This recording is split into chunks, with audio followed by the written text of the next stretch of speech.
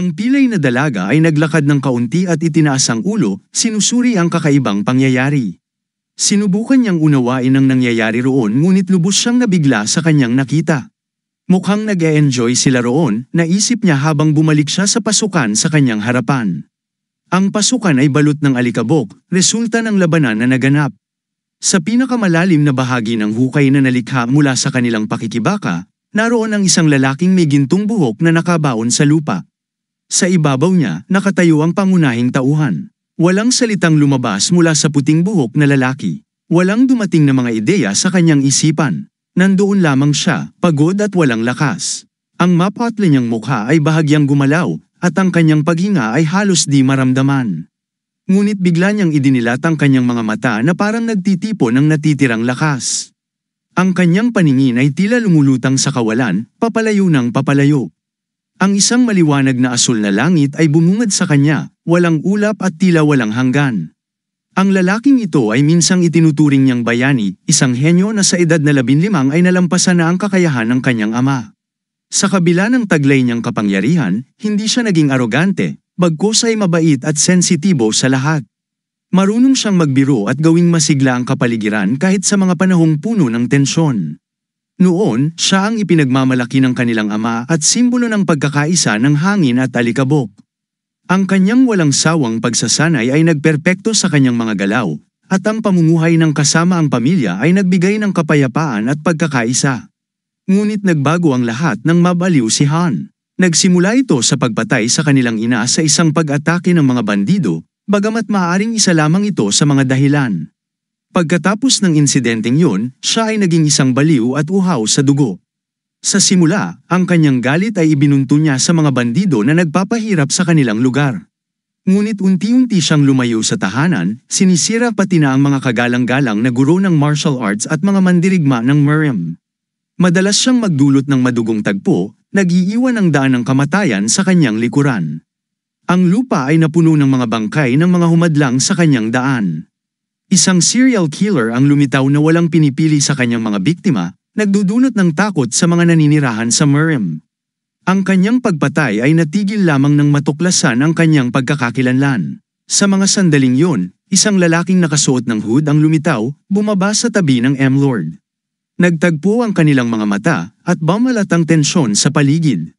Pagkaraan ng ilang sandali, damaloy ang dugo sa espada, nagpapatunay sa kalupitan ng tagpong yun. Ang mga kamay ni Han ay balot ng dugo, at ang kanyang anyo ay kakilakilabot. Ang kanyang buong ulo, mukha, at maging ang kanyang hood ay punong-puno ng dugo. Sa sandaling yun, inabutan siya ng kanyang ama sa eksena ng krimen at, nang walang alinlangan, hinatulan siya ng kamatayan. Wala siyang pagsisisi dahil para sa kanya, ito ay isang pagtataksil. Itinapon niya si Han sa piitan, kung saan siya nanatili ng matagal. Pagkaraan ng maraming taon sa bilangguan, siya ay naging payat at halos wala ng buhay. Kalaunan, ang binata ay humarap sa Mord, nakaupo sa kanyang harapan. Nakatingin si Mord pababa sa kanya, ipinapakita ang kanyang kapangyarihan. Lumuhad si Han, yumuko, tumayo, at muling yumuko sa kanyang harapan. Pagkatapos ng kanyang pagkakakulong, nagbago siya, iniwan ang kanyang dating sarili. Sa sandaling yun, ang nakatatandang kapatid ay lumapit sa kanya at hinimok siyang maging malakas. Ang kawanggawa at katarungan ay pawang-ungkag na salita lamang. Dapat mong gawin ang lahat ng iyong makakaya, gumamit ng anumang paraan upang maging malakas para sa kabutihan ng iyong ipinaglalaban. Sa kabila ng kanyang murang edad, hinding-hindi niya nalimutan ang mga salitang yun. Gabing yun, nanatili siya kasama ang kanyang nakatatandang kapatid. Ang isa sa kanila ay nakaupo sa mesa, habang ang isa ay nakahiga na sa kama upang magpahinga. Ang nakababatang kapatid ay nakatulog, ngunit ang banayad na pagbulong ay nagsimulang gumambala sa kanya. Ang mga hindi maunawaang tunog ay nagpabukas sa kanyang mga mata. Bakit ka nag-aalangan? Patayin mo siya. Tumigil ka. Hindi ko kaya. Tumigil ka. Sigaw ng lalaking itim ang buhok na parabang nakikipag-usap sa sarili. Sa ilalim ng mga tunog na iyon, nagsimulang bumangon mula sa kama ang nakababatang kapatid. Nakita niya ang kanyang kuya na tila nakikipagtalo sa sarili. Paulit-ulit nitong sinasabi na pinutol na niya ang mga tali at hindi na siya papatay muli. Lumayas ka sa impyerno, sigaw ng lalaking itim ang buhok. Ngunit halos agad nagbago ang kanyang tinig at kakaibang nagtanong, ano ang sinasabi mo? Siya ang iyong target mula pa sa simula. Siya ang nag-iwan sa kanyang ina upang mamatay dahil abala siya sa mga walang saysay na bagay tulad ng kawanggawa o kung ano ang iisipin ng mga tao. Hanggat siya ay buhay, hindi natin makakamit ang kalayaan. Patayin mo siya, kaibigan, at babalik tayo sa kapanapanabik na buhay na dati nating tinamasa, sa magagandang lumang araw. Ngunit biglang lamambat ang kanyang tinig, para bang nahihirapan sa pakikipag-usap sa sarili. Tumahimik ka. Ang nakababatang kapatid na nasaksihan ng lahat ng ito ay labis na natakot. Sa kanyang pagkagulat, hindi sinasadyang gumawa siya ng tunog habang pinipigilan ang kanyang mukha gamit ang kamay. Napatingin ng lalaking itim ang buhok, ngunit nang humarap ito, mabilis na bumalik ang bata sa kama, nagpapanggap na walang nangyari. Lumabas na mali ang lahat sa kanilang inaasahan.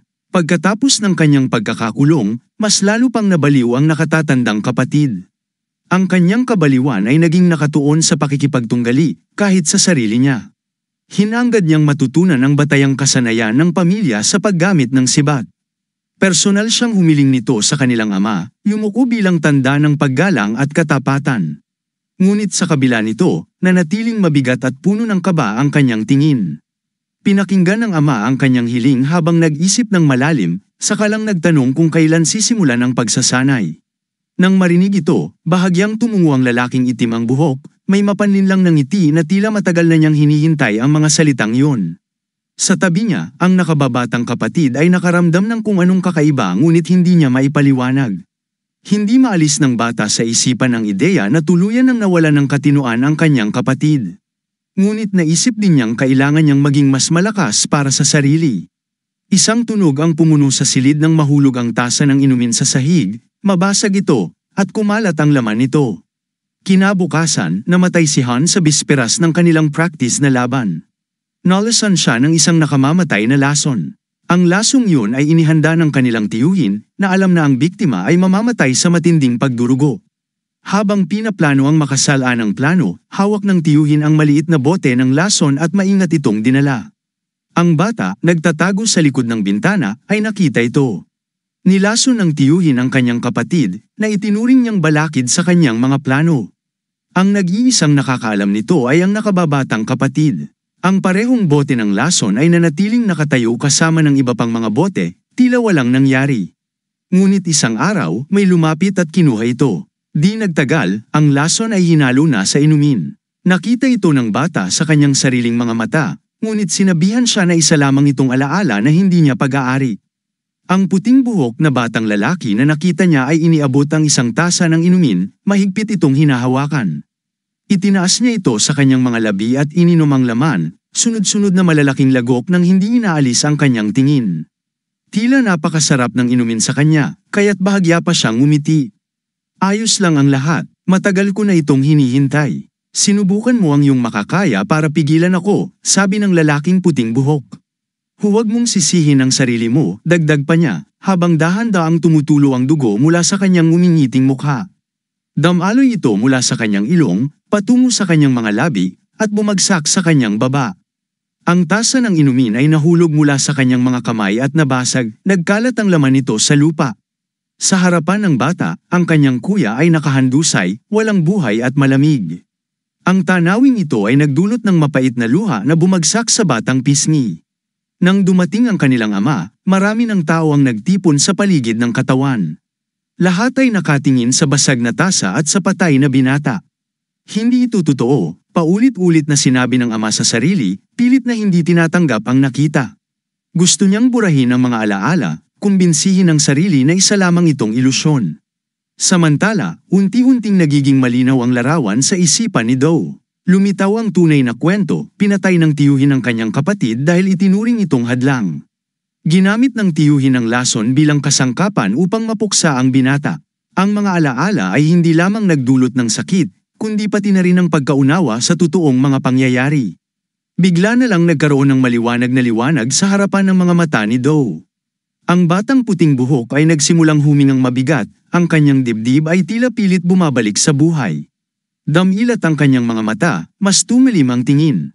At bahagyang nang inig ang kanyang mga kamay, tila muling binuhay ang katawan.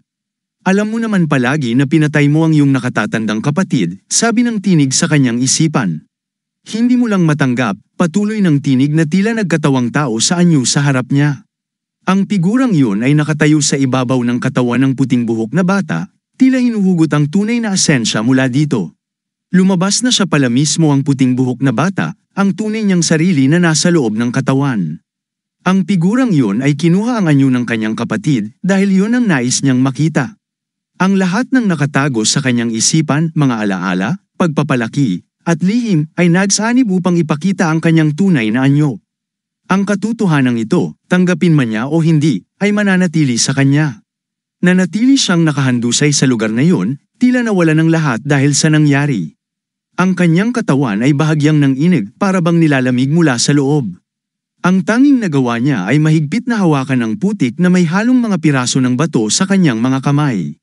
Bumagsak ang mga luha mula sa kanyang mga mata at dahan-daang damaloy sa kanyang mukha.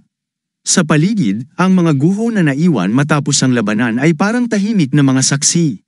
Samantala, ang pangunahing tauhan ay tumalikod at nagsimulang maglakad palayo. Minsan lang siyang lumingon sa iniwan niya, ngunit bigla niyang narinig ang malalakas na sigaw mula sa pinanggalingan niya. Wala, pabulong niyang sinabi sa sarili, sabay hawak sa kamay ni Aaron. Umuwi na lang tayo, sabi niya, at tumakbo sila pasulong, iniiwan ang lahat sa likod. Samantala, ang isang babae ay kalmadong sinunog ang isang selyo na hawak niya. Nang maging abo ito, ang alikabok ay kumalat sa lahat ng direksyon. Ngunit biglang bumangon ang malakas na hangin sa lugar na iyon, at ang enerhiya ay kumalat, tinakpan ang lahat ng kalapit na kalye. Ang mga mata ng mga patay ay muling kumislap, ngunit sa isang saglit ay nawala rin ng liwanag, bumalik sa kanilang maputlang kalagayan. Gayunpaman, hindi nabawasan ang bilang ng mga bangkay. Ang mga sirang espada at sandata ay nagkalat, at sa gitna ng kaguluhan ay nakatayo ang babae.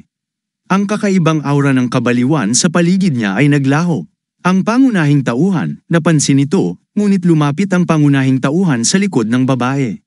Tinanong siya nito kung may iba pa siyang kailangang gawin doon. Itinuro niya ang mga patay na katawan na nakakalat, na para bang itinuturing niya itong kasalanan niya. Naiintindihan ng bayani ang bigat ng sitwasyon kaya inalok niya ang babae ng oras upang makapagpahinga. Ngunit, sang-ayon sa kanya, sinabi ng babae na mas mabuti nang magpatuloy na lang sila. Samantala, ang kalbong lalaki ay mukhang nanghihina, nanginginig ang kanyang buong katawan. Pilit niyang itinayo ang sarili at naglakad sa gitna ng mga bangkay. Hindi niya maintindihan kung baliw na ba ang mundo. Litong-lito siya kung paano at bakit nangyari ang lahat ng kaguluhan doon. Nang marinig ang isang kakaibang tunog, agad siyang sumugod, determinado na walang buhay na dapat maiwan sa lugar na iyon. Sa parehong oras, ang batang puti ang buhok ay nagsimulang tumayo. Halos wala na siyang lakas kahit para umupo. Hindi niya mapigilan ang pagbagsak ng kanyang mga luha. Ang sinag ng araw ay unti-unting sumilip mula sa matatarik na tuktok ng mga bundok, tinatanglawan ng lahat ng dati natatakpan ng anino. Sa makitid na bangin, sa ilalim ng makakapal na puno, may isang maliit na patio na napapalibutan ng ilang gusali. Ang babae ay nakatingin sa harapan niya na may luha sa mga mata. Isang puting buhok na binata ang nakatayo sa harap niya. Sa panahon ng kanyang pagkawala, maraming nagbago sa Brotherhood of Wind and Dust. Hindi ito nakaligtas sa kanyang pansin. Ang binata ay lumuhad sa harap ng kanyang ama. Ang mga sinabi ng kanyang kapatid tungkol sa pagbagsak ng Brotherhood ay, sa kasamaang palad, naging totoo. Ngunit hindi pa rin niya nalalaman kung ang Roman Alliance ba ang nasa likod ng lahat ng ito. Ano ang totoo at ano ang kathang isip? Isa lang ang tiyak, may kinalaman ang kanyang tiyuhin. Pagkatapos, ang batang lalaki ay lumapit sa isa sa mga estatwa at naramdaman niyang nawala na ang selyo nito. Kasama ang babae, bumaba sila ng hagdan papunta sa isang marangyang silid. Ngunit ang lahat ng bagay dito ay nagkalat at magulo. Dahan-dahan silang nagpatuloy sa silid na mistulang dinaanan ng unos. Ang lahat ng pinggan na naroon ay nabasag sa sahig. Ang mga cabinet ay nakataob. Tahimik na inisa-isa ng batang lalaki ang resulta ng kaguluhan, malalim na nag-iisip. Bigla, isang binata ang lumitaw sa likod niya at sumigaw. Tanga ka! Ilang beses ko nang sinabi sa iyo na huwag mo akong guluhin tungkol dito. Inalala ng binata kung ilang beses niya nang binalaan ng kapatid na huwag siyang alamin. Ngunit iginigiit ng puting buhok na binata na kailangan niyang malaman ang katotohanan kahit na ano pa ang mangyari. Naniniwala ang kanyang kapatid na isang malaking pagkakamali ang ginawa niya, ngunit kumbinsido ang batang lalaki na mali ang paghatol ng kanyang kapatid. Sinisi siya na dahil sa kanyang kuryosidad, nawala ang yaman ng kanilang angkan na matagal nang naipon sa maraming panahon.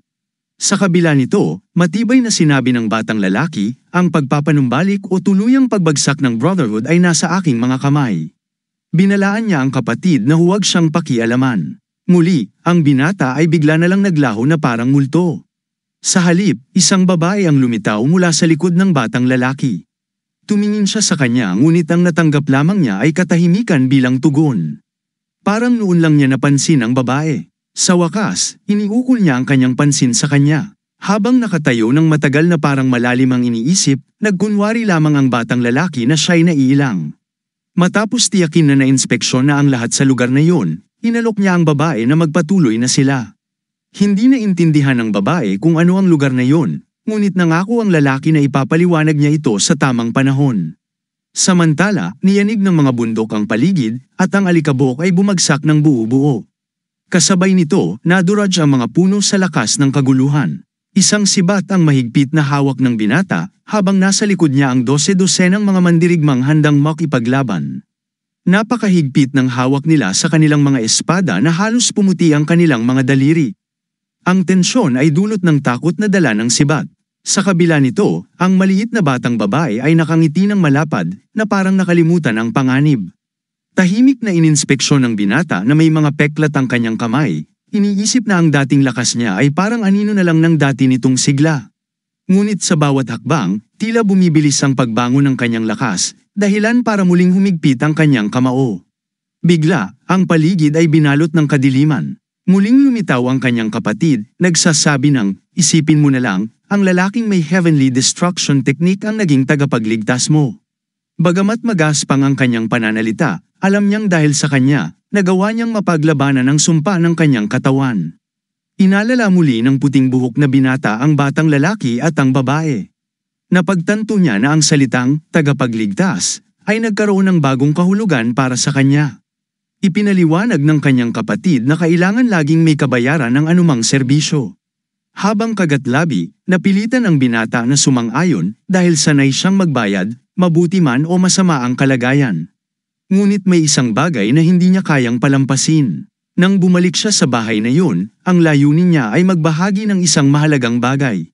Sa silid kainan, may matandang babae na nakaupo sa mesa at isang batang babae na nakatayo sa harap niya. Ang kanilang pag-uusap ay naputol ng isang mahabang katahimikan. Malakas ang ulan sa kabundukan habang may isang lalaki ang naglalakad sa gitna nito. Napakalakas ng buhos na halos wala siyang makita ng higit pa sa ilang metro sa kanyang harapan. Lumalakad siya, napansin niya ang katawan ng isang lalaki na nakahandusay sa lupa. Sa gulat, napatalon siya at halos natapakan ito. Nangamba siya at napaupo pa sa lupa. Sa ilalim ng sombrero ng nakahandusay na lalaki, lumitaw ang mga puting buhok. Ang katawan ng estranghero ay baluktot, puno ng mga hiwa, pasa, at dugo. Dahan-daang lumapit ang lalaki upang mas maigi itong makita. Sa kanyang kuryosidad, sinuri niya ang pulso nito. Buhay pa ba? Sa kabila ng matinding kondisyon nito, buhay pa ang estranghero. Binuhat niya ito at isinakay sa kanyang balikat bago nagpatuloy. Samantala, sa gubat na basa ng ulan, isang grupo ng mga tao ang nagtatago. Ang lahat ng mga ito ay armado mula ulo hanggang paa, at ang kanilang kasuotan ay mga itim na balabal at uniforme. Itinuro ng isa sa kanila ang isang direksyon, at kahit mahirap makita dahil sa ulan, nakakita siya ng maliit na apoy sa di kalayuan. Ang lalaking kanilang hinahanap ay hindi na nananatili sa iisang lugar. Bigla, sa may pasukan ng bato, nakarinig ng kakaibang tunog ang lalaki. Naroon ang parehong grupo ng mga tao. Itinaas ng isa ang kanyang kamay upang magbigay ng senadoryas na huminto. Ang lalaki na malapit sa apoy ay mukhang isang matandang tao, kaya't nagduda sila. Isa sa kanila ang nagpasyang kausapin ito upang alamin kung sino siya. Nagpakilala ang grupo bilang mga miyembro ng Sun and Moon Gang.